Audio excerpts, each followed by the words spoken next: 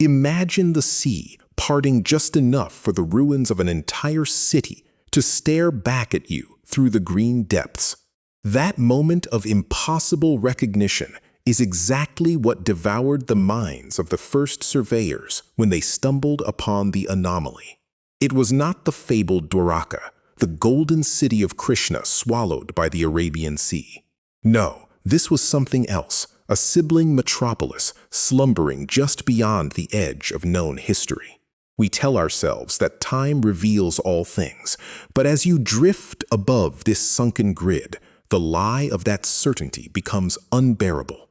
The coordinates whispered of a vast geometric shadow, a footprint of fallen architecture hidden beneath 50 meters of sediment and salt.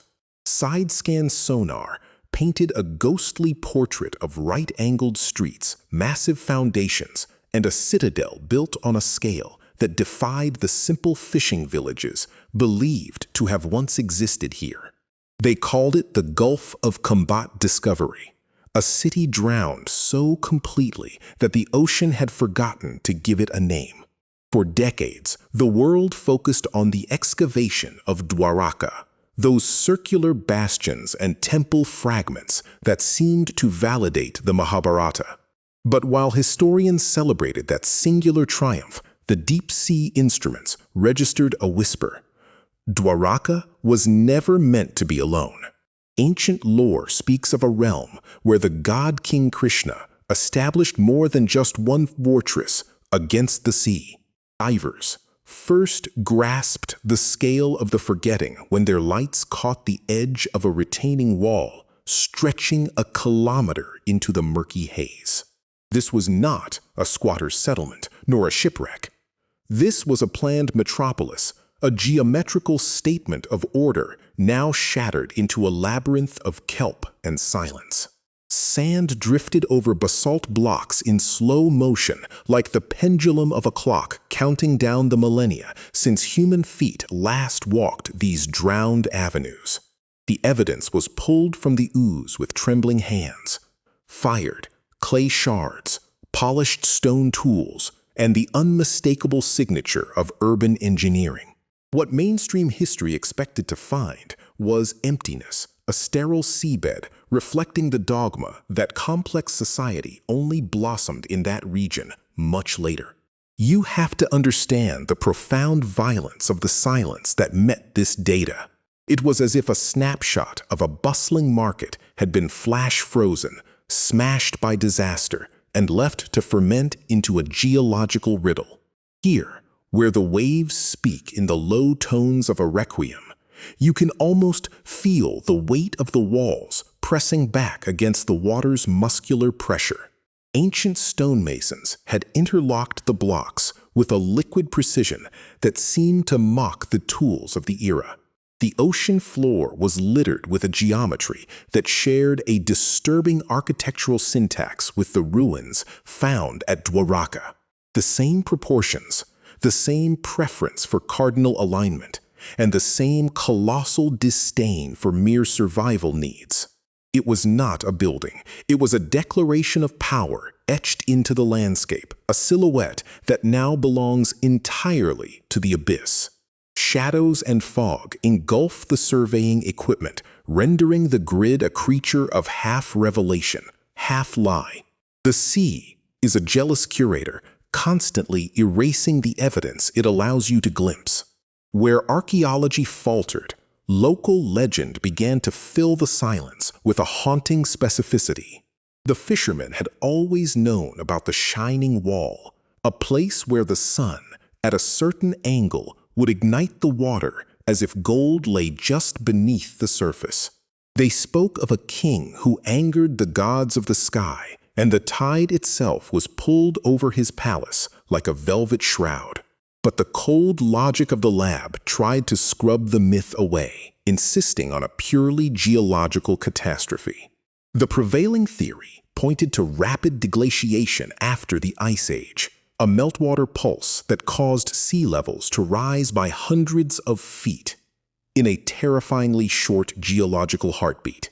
Imagine the horror, the water not creeping, but charging, swallowing fields, ramparts, and children sleeping in their beds within a single generation. A darker hypothesis suggests that the ground itself turned to liquid, a massive tectonic shrug that liquefied the foundations and dragged the complex down in a single screaming plunge.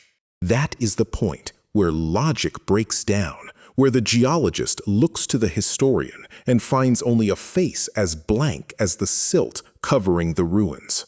They found evidence of a dried-up river channel shooting through the heart of the grid, suggesting the city straddled an ancient artery of life now swallowed by the Gulf. This Saraswati-like configuration only deepened the labyrinth, linking the sunken twin directly to the mythological hydrology of a lost age of Indian civilization. Some researchers theorize that this was not merely a twin, but the precursor, the original blueprint before Dwaraka was ever carved into the epic verse.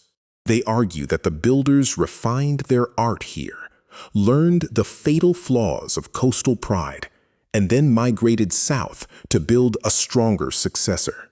Others whisper that the two cities were contemporaries, mirror images of a maritime empire that rivaled Mesopotamia, a hyper-diffusionist dream dismissed by the academic elite.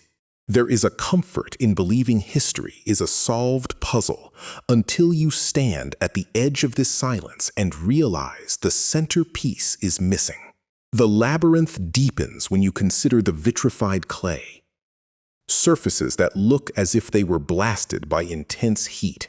Could a meteoritic airburst have sterilized the coast, flash-boiling the sea, and burying the masonry in a sarcophagus of superheated mud? Or was it simply the slow strangulation of industrial decay, a civilization that exhausted its soil and forests long before the waves arrived to finish the job? Clockwork and sand rule the fate of these questions, for the saltwater has long since mangled the organic clock, rendering absolute dating a frustrating game of margins. 1,000 years of settlement are compressed into a single centimeter of strata, a monstrous traffic jam of time that denies you a clear exit from the mystery. The human element rarely surfaces in the sterile reports, but it is the only lens that brings the disaster into a recognizable scale. Picture the man who carved the seal found in the dredge, a seated bull staring out from a stone that now rests in a sealed laboratory locker. He likely believed his language, his trade, and his love for his children would echo forever in the blueprints of his quarter. Today, no one knows the name of his language or the god he was carving the seal to impress. The loss is not just of stone, but of consciousness, a library of human's experience dissolved into plankton. The lead marine archaeologist on the project aged a decade in the 2 years she spent mapping the outer ramparts. She spoke of hearing a metallic hum during the decompression chambers.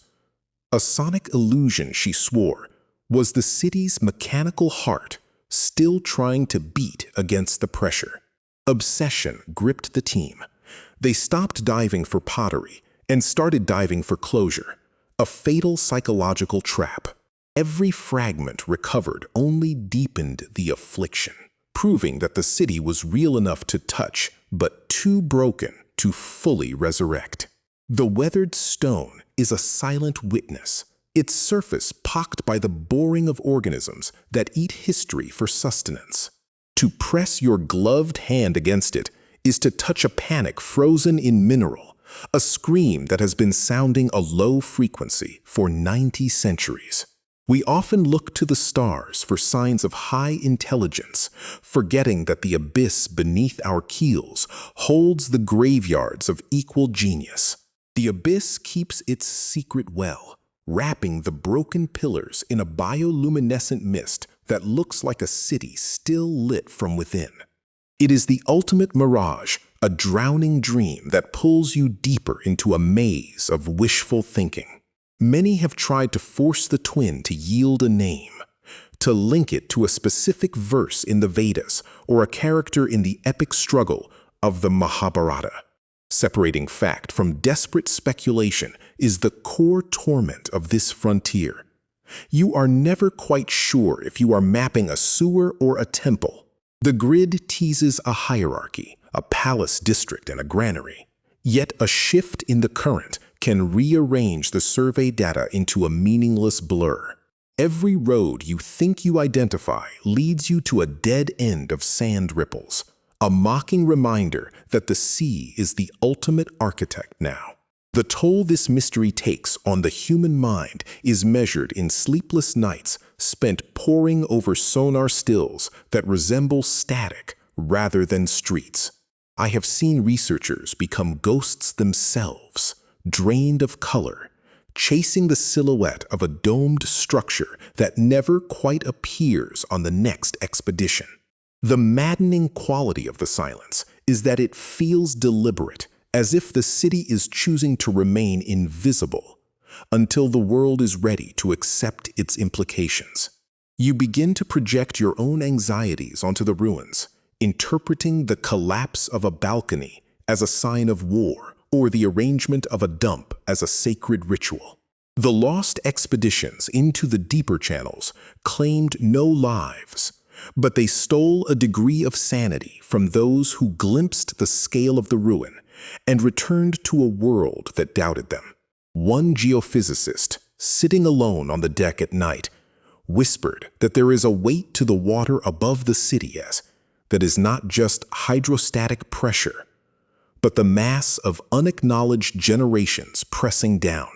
That is the curse of the twin.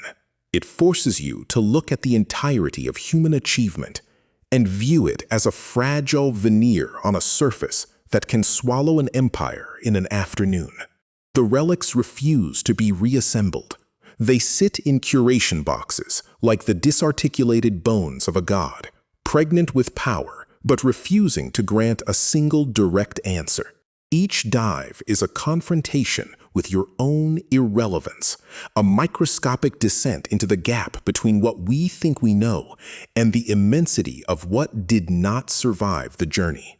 The ocean is not merely a barrier, it is a solvent that has erased the ink of history, leaving only the faintest indentation on the parchment of the seafloor. To stand guard over this secret is to accept a fate of eternal yearning, to forever hear the echo of a harbor bell that no longer rings.